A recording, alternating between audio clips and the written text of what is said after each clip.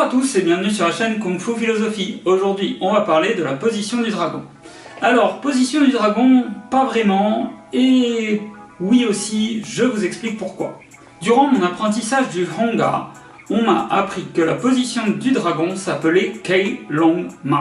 Sauf que voilà, le problème de Kei Long Ma, c'est que déjà, on a encore le Ma à la fin qui veut dire cheval et que je ne comprends toujours pas l'intérêt de marquer cheval à la fin comme dans Dyuma, comme dans Jinma, comme dans Seping Daima. On a toujours une histoire de cheval. Bon, admettons. Par contre, Kei Long signifie bien dragon. Donc, si on voulait être plus précis et parler de pas du dragon ou position du dragon, je suppose qu'il faudrait dire Kei Long Bu et pas Kei Long Ma. Mais bon, moi on m'a toujours appris Kei Long Ma, donc bête et discipliné pour le moment, je reste avec ça. Il doit y avoir des raisons que j'ignore encore. Sauf que voilà, ça se complique. J'ai recherché à plusieurs reprises comment pouvait s'écrire le nom de chacune des positions de Kung Fu que je pratique, en tout cas en cantonais, et ce sur quoi je suis tombé n'est pas du tout en corrélation avec l'utilisation du nom position du dragon, parce que les caractères utilisés feraient davantage référence à la position de la licorne, étant donné que les deux caractères avant ma, donc de cheval, seraient les caractères de licorne, qui pourraient également se traduire par animaux fabuleux. À la rigueur, dans ce cas-là, une licorne, un dragon, ça reste des animaux fabuleux, ok, c'est cohérent. La version la plus cohérente avec le terme position du dragon, ça serait le nom en mandarin qui signifierait Kilin Bu. Donc Kilin Bu, Kei Long Ma, Kilin, Kei Long, il faut comprendre que la sonorité change selon si on est en mandarin ou si on est en cantonais. Donc Kilin Bu pour le mandarin et Kei Long Ma pour le cantonais. Sauf que là, selon moi, la logique voudrait que ce soit bu qui soit utilisé à la fin, puisque cela signifie position ou pas. Alors que ma, bah, ça signifie cheval, et bah, en fait ça n'a pas de sens. En tout cas pour moi, là, à l'heure actuelle, je comprends pas pourquoi on parle tout le temps de cheval. Si vous avez la réponse, par contre, moi je suis une preneur, je veux bien lire ça dans les commentaires. Donc pour le moment, on a deux noms. On a Kilin Bu en mandarin, on a Kei Long Ma en cantonais. On a position du dragon, ou position de la licorne, en français. On a également d'autres noms en chinois qui vraisemblablement est également du cantonais, c'est Kuei-ma ou To-ma. Comment rentrons-nous maintenant en position du dragon?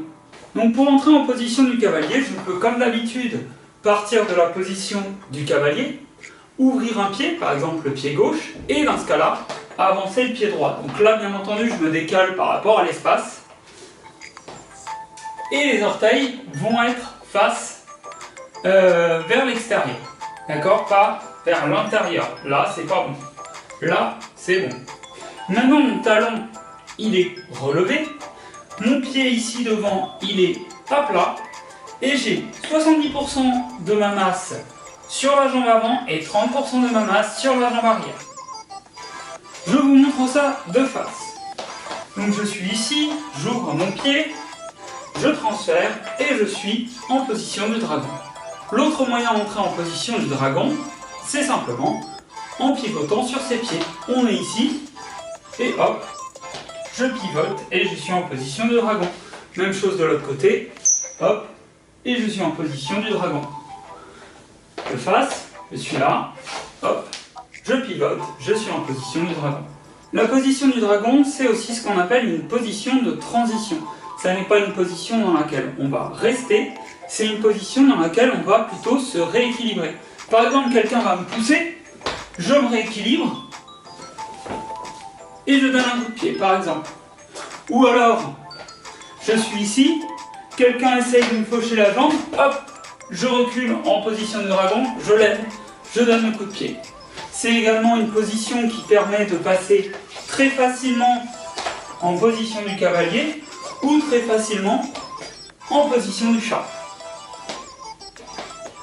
Je vous remonte de côté, donc ici je suis en position du dragon, je suis en position du cavalier, je suis en position du dragon, j'avance, position du chat, et je donne mon coup de pied.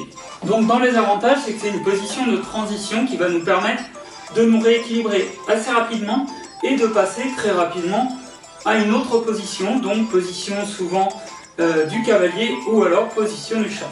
Dans les inconvénients qu'on peut donner par rapport à cette position, c'est que ça n'est pas une position qui est très stable puisque une bonne partie de la masse est devant. Donc c'est-à-dire que là, si on vous pousse devant, c'est très facile pour vous de tomber. On en reparlera dans une prochaine vidéo. Par contre, si on vous pousse vers l'arrière, dans ce cas-là, ça rééquilibre juste votre masse. Auquel cas, frontalement, ça va être très bien. Latéralement, c'est pas terrible. Il faut également changer de position, en gros. Et donc, on n'est plus en position de dragon si jamais on vous pousse latéralement. Par contre, si on vous pousse frontalement, déjà, vous allez avoir une bonne stabilité. Et en plus, justement, et ça c'est un des avantages, c'est que là, par exemple, si quelqu'un essaye de me pousser, hop, j'ai juste à tourner et la personne va être déséquilibrée à son tour. Merci à tous d'avoir regardé cette vidéo, j'espère qu'elle vous a plu et j'espère qu'elle vous a appris des choses. Comme d'habitude, n'hésitez pas à liker la vidéo, n'hésitez pas à vous abonner et à commenter, bien entendu. Et moi, je vous dis à très vite pour une prochaine vidéo.